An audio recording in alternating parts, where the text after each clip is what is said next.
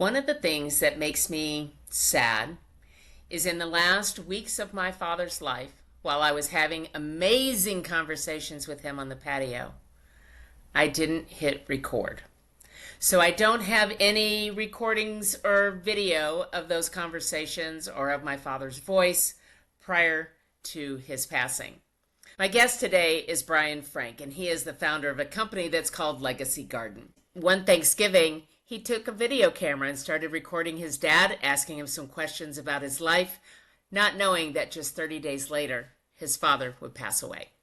And this video became an heirloom in their family, and everyone wanted a copy of it. Bryan says often we realize far too late that we never captured our parents' voice, their memories, their wisdom, or their life stories that helped shape our families. Stay tuned. I want you to hear this episode of Relax, I Got This, Embracing Life After 60 with my guest, Bryan Frank. In today's world, older adults face major transitions like downsizing, relocating, or modifying their homes to age in place, all while embracing life after these changes. As a senior home advisor and seasoned realtor, Robin McCoy guides these decisions with care and thoughtful planning, helping create a vibrant future.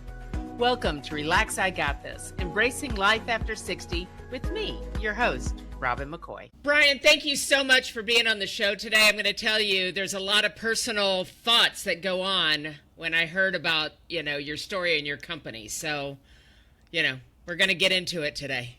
Most definitely. Thanks for having me. I can't wait to talk more about this. Okay, so you had an experience with your dad right before he passed away. Tell me a little bit more about that. He was a career police officer, so I'm sure he had 1,000 stories that you never heard growing up. Yeah, absolutely.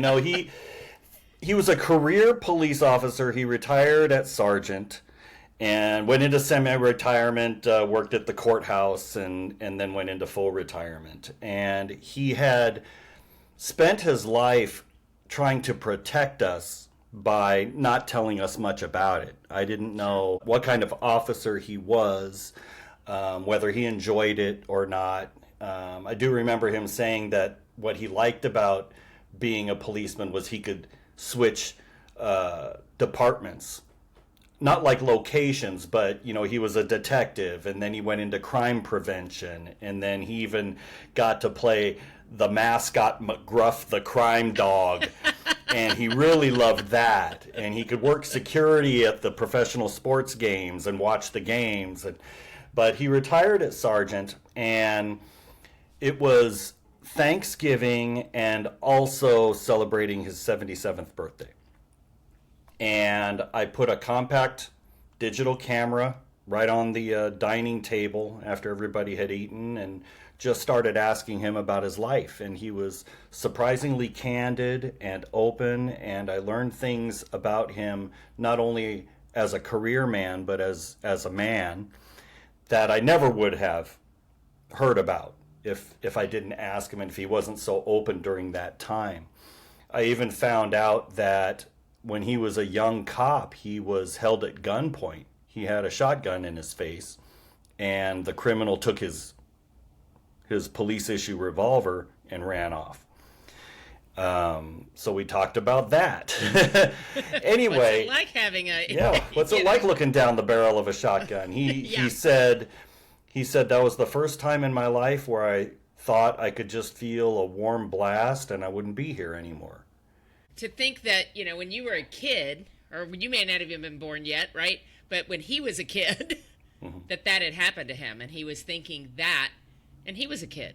Yeah, and I said, "You still went to work on Monday?" He said, "Yeah." He said a lot of people would have quit, but I felt like I had to go back to work, otherwise they win.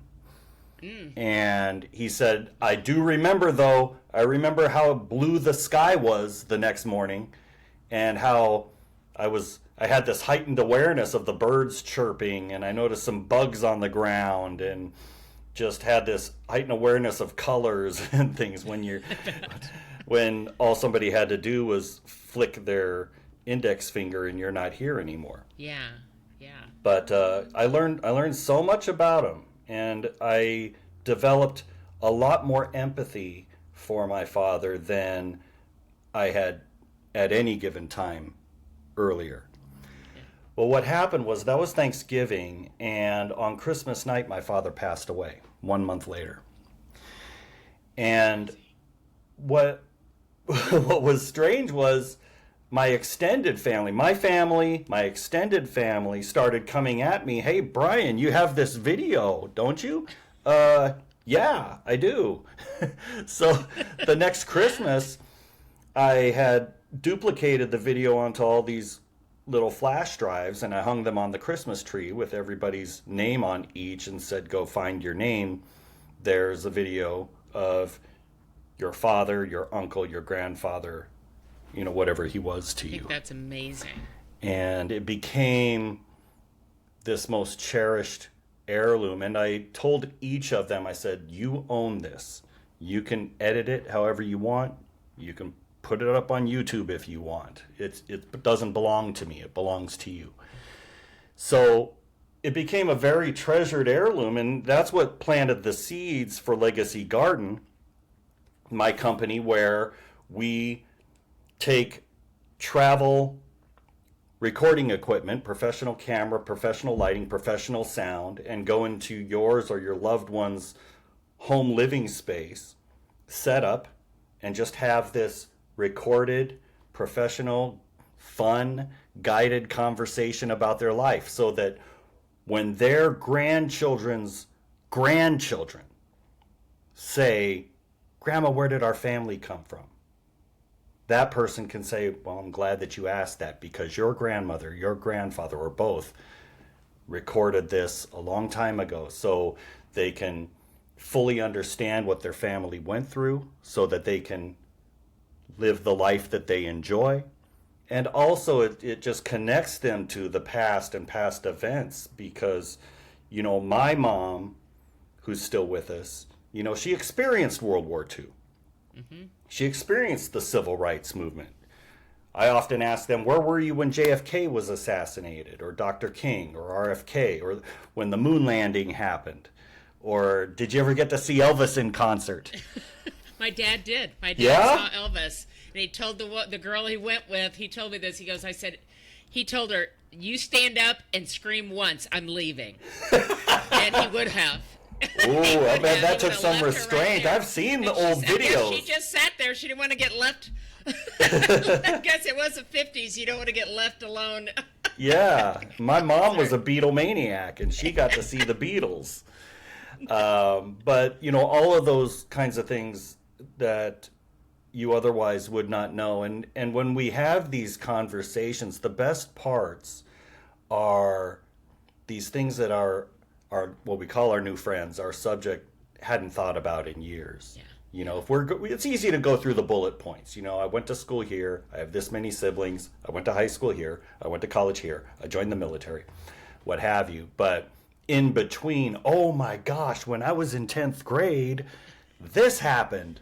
Those are the good, those are the gems, right? The juicy tidbits that your family really wants to know about. And one of the things that I've noticed through this experience, one of the many things, is that these older people, my parents' generation, they don't think that their life is interesting.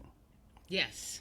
Yeah. And I am just glued to their words when we're conducting this. I just get so much out of it, and I don't even know them. Yeah. Well, and I think, here's the thing. I think these stories are we're losing them. Absolutely. We are losing these stories. When, my mother is going to be 90 this summer. Mm-hmm. And her grandkids don't know her stories of growing up in Star City, Arkansas, and going down to the creek to get water. Mm-hmm. And to literally wash clothes on a rock, because they were so poor. They did not have indoor plumbing, living on the land that her grandfather homesteaded. Mm-hmm. Her dad leaving and going to Missouri and other places to find work as a carpenter. Mm-hmm.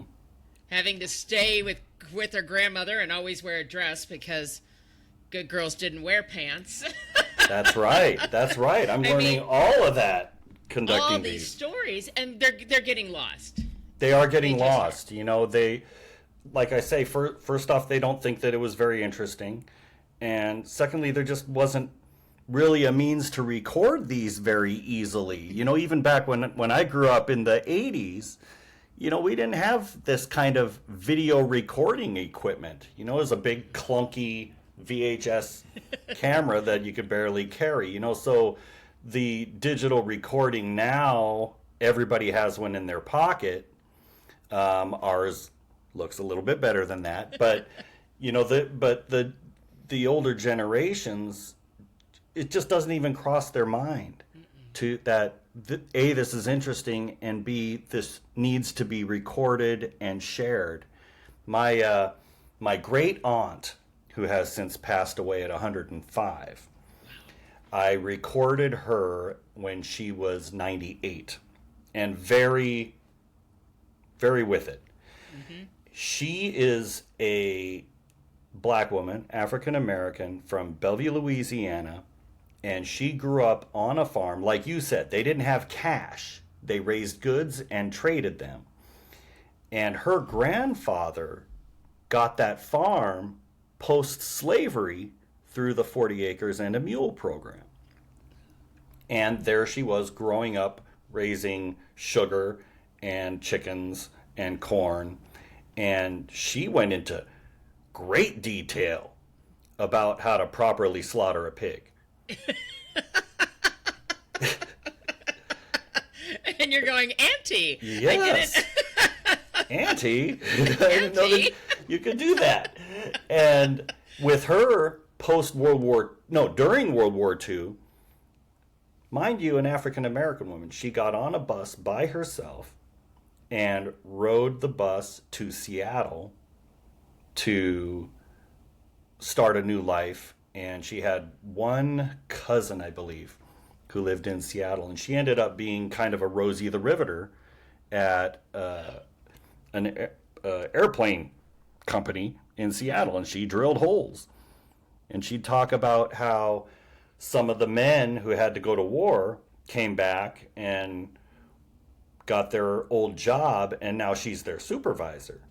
And she said they don't like hearing that from black women, you know. And she had to stand up for herself and all of that. This woman was brassy. I knew one of those women. Her name was Maddie Crockett, and she was one of the first women at Texas Instruments, and she was running a semiconductor plant in Midland, Texas, in like the 50s and 60s. Mm-hmm. And those good old boys out there did not want to listen to Maddie Crockett. No, not at all. Not at all. And she had a supervisor that stood up for her and said, "You'll listen to Maddie, or you'll hit the bricks." Yeah. Yeah, so she said, when you see that there's these women out there that did this, I mean, slaughtering pigs and, you know, running semiconductor plants in Midland and right during that things. time, you know, and a young person today might be absolutely astonished that not only would they have to put up with that, but there was no precedent to it. Right. You know, people might not even realize that that's not okay yet. It was just a different time. But when they live through it, they think, well, that's just how life was. That's just what we did. We Are One Heart is a 501c3 nonprofit organization dedicated to bridging the gap between the needs and resources of low-income seniors and veterans. Rooted in compassion and love, our mission is to provide housing, living assistance, and access to critical resources that ensure dignity and support for the elderly in underserved communities. At the heart of We Are One Heart's work is the belief that every individual shares a common humanity, a heart connected through love and care. We are committed to creating a future that honors those who have shaped the past by offering programs and services that enhance their quality of life. For more information or to donate, visit wa1h.org. That's WA1H.org. Mm-hmm. And I think, like I said, these stories are getting lost. We have conversations. I told you before, and that, we lost my dad in June of like I said, I think it's 2022. Yes. And the last weeks of his life, I just sat and talked to him on the patio. And we talked about life, and we talked about death, and did his kids grow up to be what he thought they would be when we were born, and just all these things we talked about. And I just don't, it's all here. Mm-hmm. I don't even have a recording of his voice. And I'm very sad that I don't. It makes me very sad. And that's what intrigued me about Legacy Garden, is that it's not only just your phone recording, which at a minimum, I hope everybody does that at a minimum. At a minimum. However, to have somebody, drawing these stories out, because you're skilled at that, right? That's what you do. You're able to get people talking that isn't their kid necessarily. Yes. No, that's absolutely correct. I have a background in film and television. I'm an artist by nature, and then I also bartended for well over a decade. So I kind of have the gift of gab. There's something about that talking and getting people to tell stories. Yeah. It's kind of a skill that I just learned over the years, trying to get better tips out of people. But but no, it is something that does need to be guided to A, keep it on track, and B, keep them comfortable. Not everybody likes having lights and cameras pointed at them. To get them to forget that what we're doing is going to be enjoyed for the next 4 or 5 generations of your family long after you're gone. And the really unfortunate part is that a lot of their children, people our age, may not be able to see that this has value to it if their parent or their grandparent is still very physically and cognitively capable. Mm-hmm. Nobody thinks about that. And then you get people like me who, after my grandparents have passed away, oh shoot, I wish I had one of these. I wish I had a recording of this. I know a guy, I just talked to him, who has saved a voicemail of his father, and he's sent it to everybody else in case he accidentally deletes it. He's got backup plans in case something happens to that. Right, a 30-second voicemail that was really about nothing, but it was the last recorded thing that his father did. So what we're doing is very deliberate and very well guided, and something that becomes a family heirloom. And I really have high hopes for this as a service and as a company. I love helping people.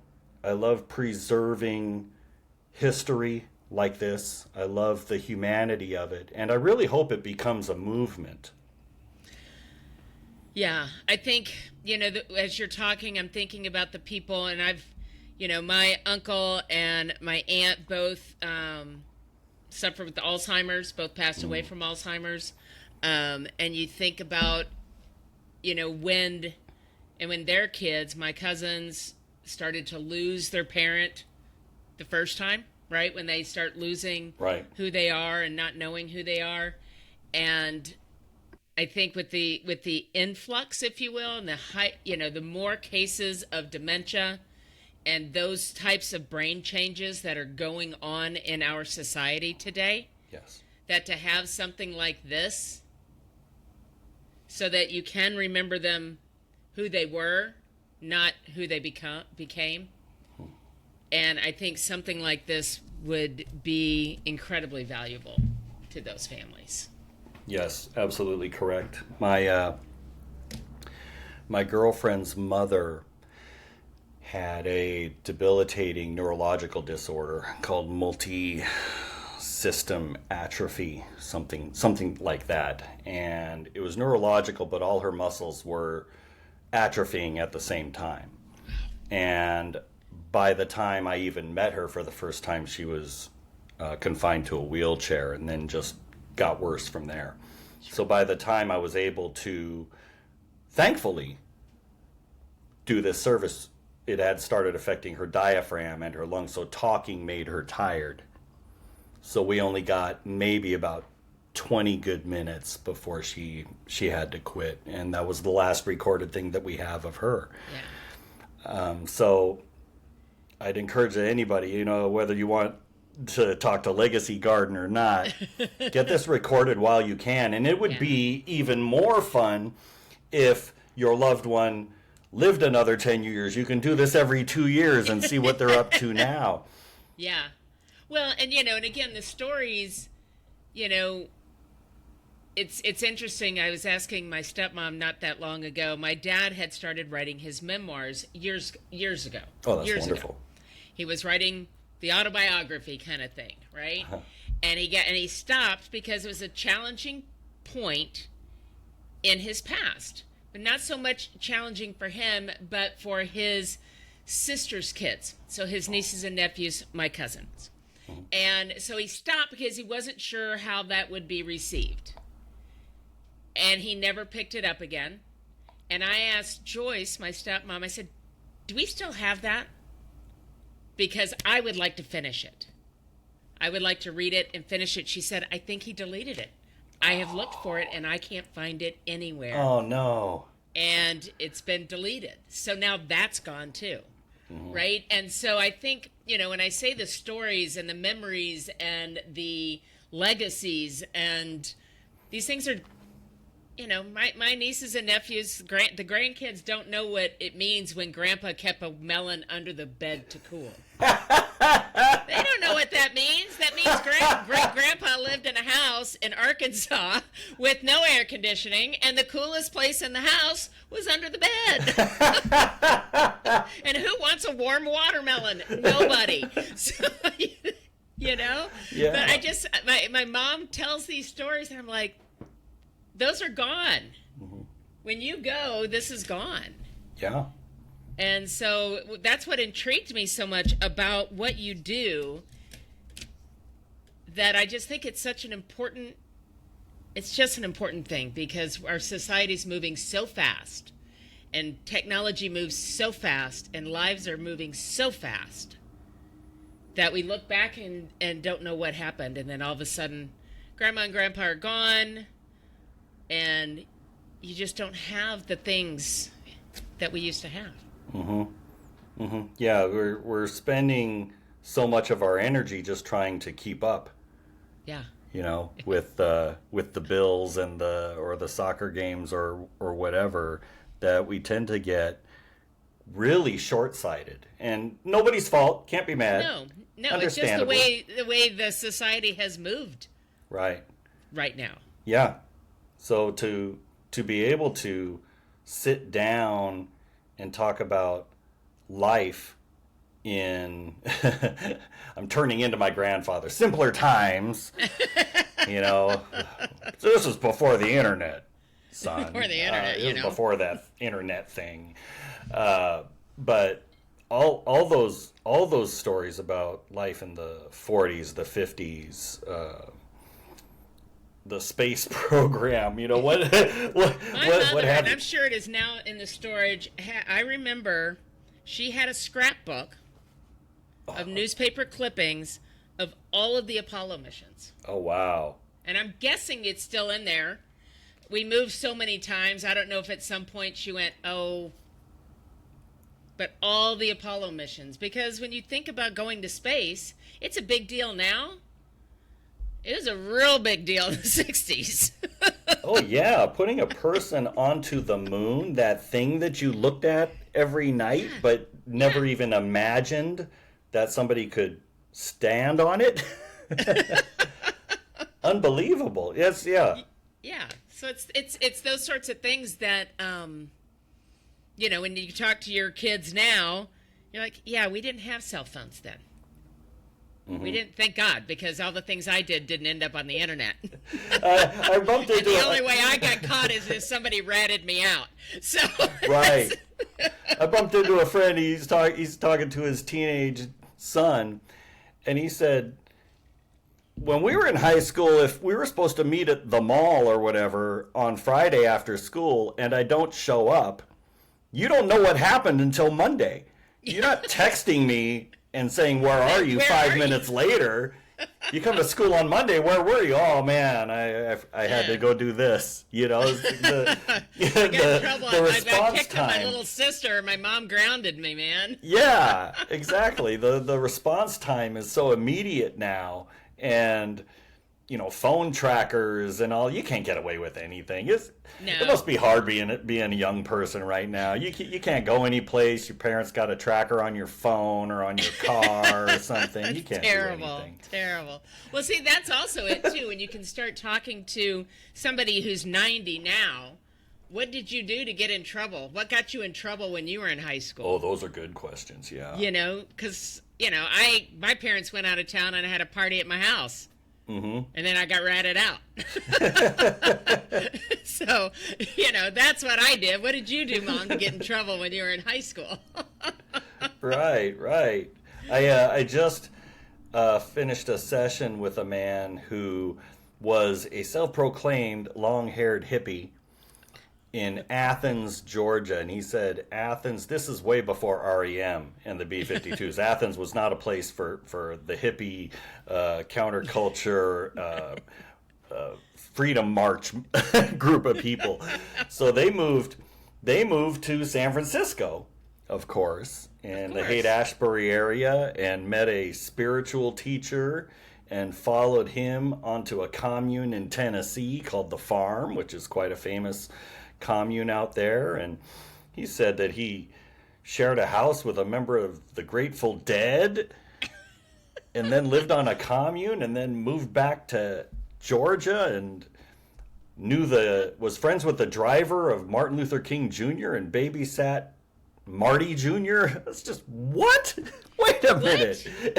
Just this, you know, I mean, but this is what is going to disappear. Yeah. And this is why what you do is so important. Thank you. And it really is. I think it is. And I think you are providing a gift to people that might not even know that it's a gift they want or need. Right. That's the truth. Yeah. Like I say, first of all, the sons and daughters don't want to think about the fact that their parent will not be here eventually. Yeah. And then usually when they do think about something like this, the parent might already be in physical or cognitive decline. Yeah. And might not be very lucid to reflect like this. Yeah.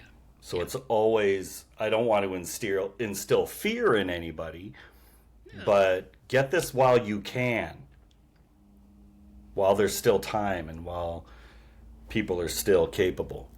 Yeah, and I think they're probably more willing to.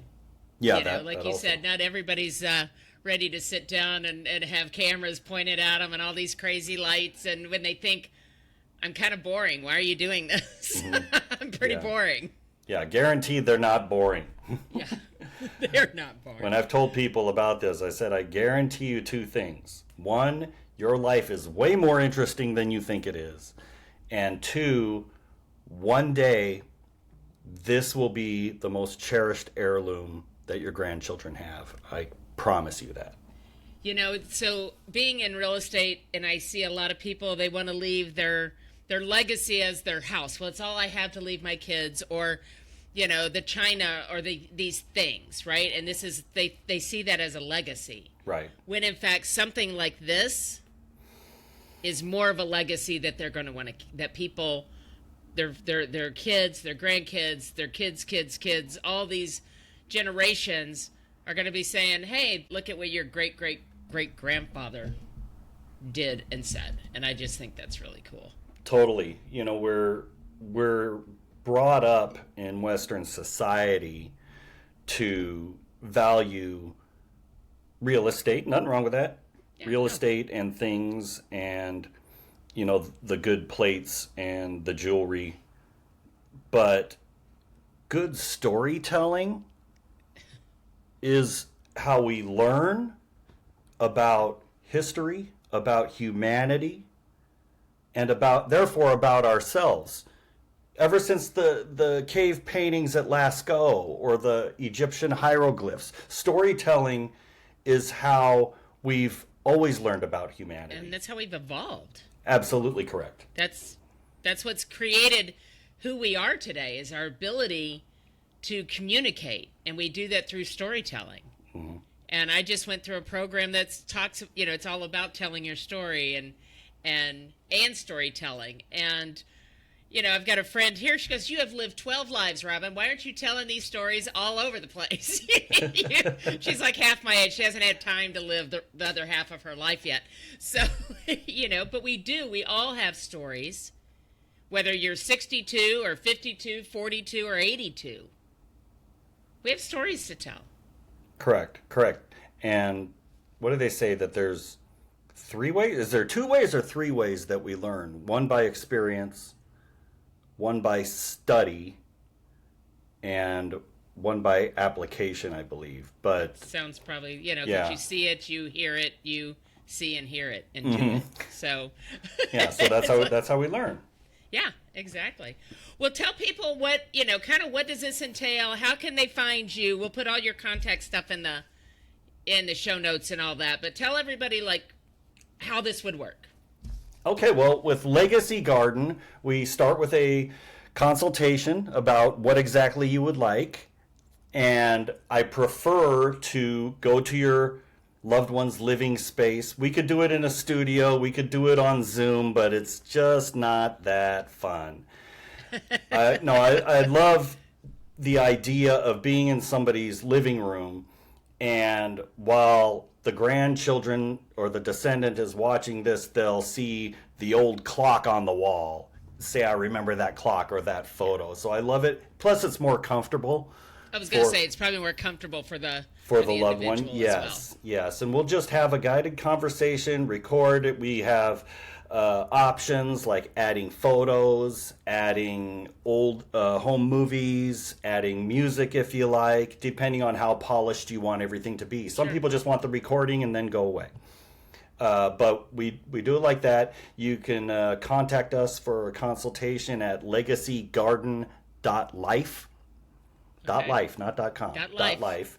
And we also have a Facebook page because my generation still does Facebook.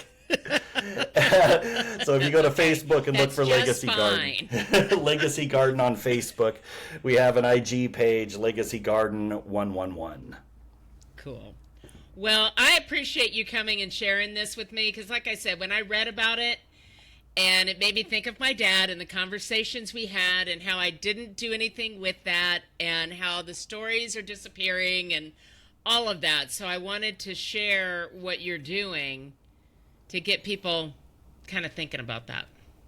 Well, that's wonderful. I really appreciate you bringing me out and love talking about this. And like I say, I hope this becomes a movement. Yeah. Get the older generation involved. That's right, because they're not done yet. Absolutely not. No, they got a long ways to go. A long way to go. Thank you so much, Bryan. And thank you guys for tuning in to another episode of Relax, I Got This, Embracing Life After 60. Make sure you sit down with your loved ones, share those stories so that they continue on for generations. And we'll see you next time. Thank you for joining me on Relax, I Got This, Embracing Life After 60. I know that time is our greatest asset, and I appreciate the time that you spend with me. If you're finding the information on this podcast useful, please subscribe to the channel on your favorite platform so that you never miss another episode. Don't forget to go to our website where you will find additional resources, downloads, and coaching programs. Once again, thank you so much for tuning in, and we'll see you next time on Relax, I Got This, Embracing Life After 60.